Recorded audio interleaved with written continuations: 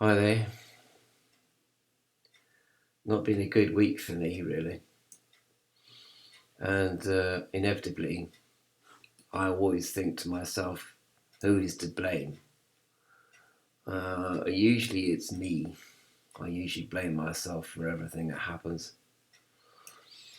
But one of the wonderful things about materialism, secularism, atheism, and humanism, it has such an elegant philosophy at its very, very core, which is basically summed up by two words: shit happens. To which is normally added, deal with it. Or shit is about to happen, try to prevent it as best you can. But that really amounts to shit happening, because if you fail to prevent something from happening, then it's still shit happens, deal with it. So everything really comes back to that basic phrase, which is the core of all humanist, materialist, secularist, and atheist philosophy. Shit happens. And shit has always happened, and shit will always happen, because this universe is a very large place in which there are many things happening. There's millions and billions and trillions of events happening. Kinetic energy, and the potential energy of the universe is being expressed kinetically all the time. And causal events are happening, A to B and B to A, and are all combinations you can think of. So that means that truly shit happens, and there isn't any paranormal cause or any straw man cause. If there is causality, it's extremely limited, and not very observable. And no matter how sophisticated the scientific equipment is to observe causality, it's still going to be ultimately just shit happens. And shit happens sort of philosophically, as it were, and scientifically as well. The phrase shit happens sort of crosses from science to philosophy, and back again, if that's not too obscure a thing to contemplate. Um, but people are terrified of this idea that shit happens, that everything is just coincidence. But in fact, it's incredibly liberating, because, as represented by this right hand column, and the Latin Qui Reus Est, which means who is to blame, because in the past, and indeed today still, somebody or something is to blame, or somebody is to blame. And so causality is ascribed to the most bizarre causal factors and agents that you can possibly imagine. So we live, and we have lived, and always have lived, in fact, in a culture of blame. And of course, people really underneath blame others when in fact they're blaming themselves. So you blame yourself first for everything that goes wrong. I wish I'd done that. I should have made that decision and not that decision. I made the wrong decision. I'm a silly person. I'm no good. I'm pathetic. Blah blah blah.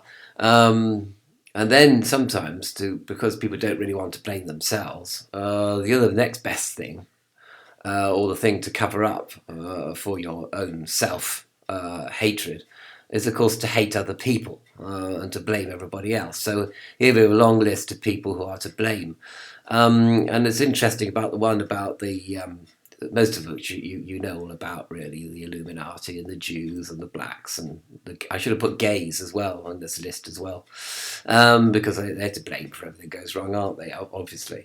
But there's an interesting point here, is that there's a political party in Britain called UKIP, a United Kingdom Independence Party. They actually completely failed to get any seats at all in the last general election, because everyone voted Tory instead. But their attitude is that they believe that there is this consortium of Indians and Chinese who want to take over the world economically. And at the heart of this really is the conviction it's okay for white people to dominate the world economically because white people are good. But the thought of Chinese and Indians dominating the world market, is an anathema to people who think that white people are superior to coffee-coloured people and to yellow-skinned people. And yet, of course, when you ask UKIP about their racism, they say, "Oh, but we're not racists. Some of my best friends are Chinese or Indians or whatever." But you see, they don't realise that they are racist at core, and that's basically what they're saying. They're saying that white people are the only people allowed by God to economically dominate the world, and only the West should have that power, and it shouldn't go anywhere else. But of course, it is going somewhere else, which is why they're so fed up about life generally. But everybody else are witches and evil eye. In the 12th century, used to hang pigs for being witches. So it wasn't just human witches. It was animals could be witches and could have the evil eye and curse your crops and things like that. So there could be an evil pig in the sty. Basically, it was anyone or anything that appeared to be different from the usual or the majority was a source of evil. Was a source of evil. So they were to blame when shit happened, you see. And but it's and it's so ingrained in us as human beings. But I have a theory about this. I don't think that we were always like this, because when man was nomadic, hunter-gatherer, when you kind of left for new pastures, you never knew what was going to happen. And basically shit did happen, and you had to deal with it because you were in tents, you were a nomadic tribe. But as soon as we settled down and we made farms and we had we had the farm and there was a little perimeter fence around the farm. Things used to come in from outside and blight the crop, and they were to blame. So everything inside this box was safe and everything outside the box was unsafe. And you had kind of evil spirits and evil gods and trickster gods and gods that demanded payment coming in from the outside. Stranger gods, strangers, people, circus people, do you know what I mean? Itinerants, travellers, people that, undesirables, they call them in Ireland, travellers are called undesirables. And they always coming in and causing trouble and disturbing the peace and bringing infection and bringing economic disaster with them and running off with your daughters and things like that. So there's a great fear and of outside the village perimeter. Everything outside the perimeter obviously is to blame, but there's also traitors within. There's also black spots within the perimeter of the village, and they are going to sell out to the evil that lies without. So if things go wrong within the perimeter, it's usually because there's a traitor, there's a bad apple. Okay, there's a witch pig. Or actual witches that are conniving with the horrible things that come in from outside, and they're going to cause mishap and misfortune to happen. So the culture of to blame, who is to blame? We always look around for someone to blame, and then a lot of people also blame themselves when they get OCD and they get paranoia and all this, and they wash their hands continuously because they are to blame for everything that goes wrong in the world. So how liberating it is to be an atheist and say shit happens, no one is to blame. Shit happens, deal with it. I'm a great Trekkie, so I follow Star Trek a lot. And one of the things about Star Trek, which is incredibly liberating, is that when they go out into the wide universe with their little spaceships, you never know what you're going to have. Eddies in the space-time continuum, things trying to attack you, I don't know, phasic viruses and God knows what. And no one's to blame. There's no God to blame. There's no witches. You just have to deal with it. So this is sort of returning to the nomadic life that we used to have as hunter-gatherers, as man. as human beings, and you just have to deal with everything that comes up. But once you start being settled, then perhaps you go into this blame culture. I mean, it's gradual over thousands of years, obviously, but now it's ingrained in us that somebody somewhere is to blame. Usually the government is to blame for shit happening. When in fact no one is to blame. And of course, you're going to come back to me immediately. I've said all this and say, well, that's all very well and good. But what about you Gnostics? You blame the demiurge for everything. You blame the demiurge for shit happening. Well, this is very true. And we put our hands in the air and we blush and we look down at the floor because there is something in what you say. Of course, sometimes it can be said that the demiurge is sort of the first cause of shit happening in a sort of deistic kind of way. So he sets up the shit and shit happens, and he feeds off the shit that's happening and off our emotional reactions to shit happening. So he feeds off the blame culture that arises from shit happening and from our emotional reaction to it. You see, so it's all set up. But so I don't know whether that's the same as a blame culture. It's sort of putting the blame on the demiurge and then having done with it. Because from this philosophy, you're still saying that shit happens, deal with it. And you've forgotten about the demiurge, really. You've forgotten about the demiurge. But if we react negatively and go into blame mode every time something happens that we don't like, you could say that we're giving fodder to the demiurge, so we're feeding the demiurge. So what about if we change our reactions? What about if we don't blame ourselves or anybody else for shit happening, and we just get on with the work of dealing with it? Then we sort of arrive at the same point as the atheists and the materialists, but we retain our metaphysics, our spiritual basis, which is that the demiurge is the first cause of shit happening, and so therefore, we can hold to that belief that is true, but at the same time function in the world a bit like the materialists function, and are liberated, in fact, psychologically. By the fact that we just have to get on with living, get on with making the best of life as we possibly can, and trying to prevent things from happening, bad things from happening if we can. But we're just doing the best with the best tools that we have. Do you know what I mean? So there's no point in blaming people when things go wrong. No point in blaming yourself. You're just doing the best you can with the tools that you have, the best tools that you have, which may not be the best, okay? And you may not be successful, and society may not be successful, and shit happens. So Gnostics sort of kind of arrive at that same philosophical point, as it were, only that they do say that ultimately, yes, the demiurge is to blame for everything. But there's no point really even in going on about blaming the demiurge. It doesn't change the fact that shit happens. Okay, blaming the demiurge isn't going to change anything. There's nothing you can do about the demiurge. He's too big.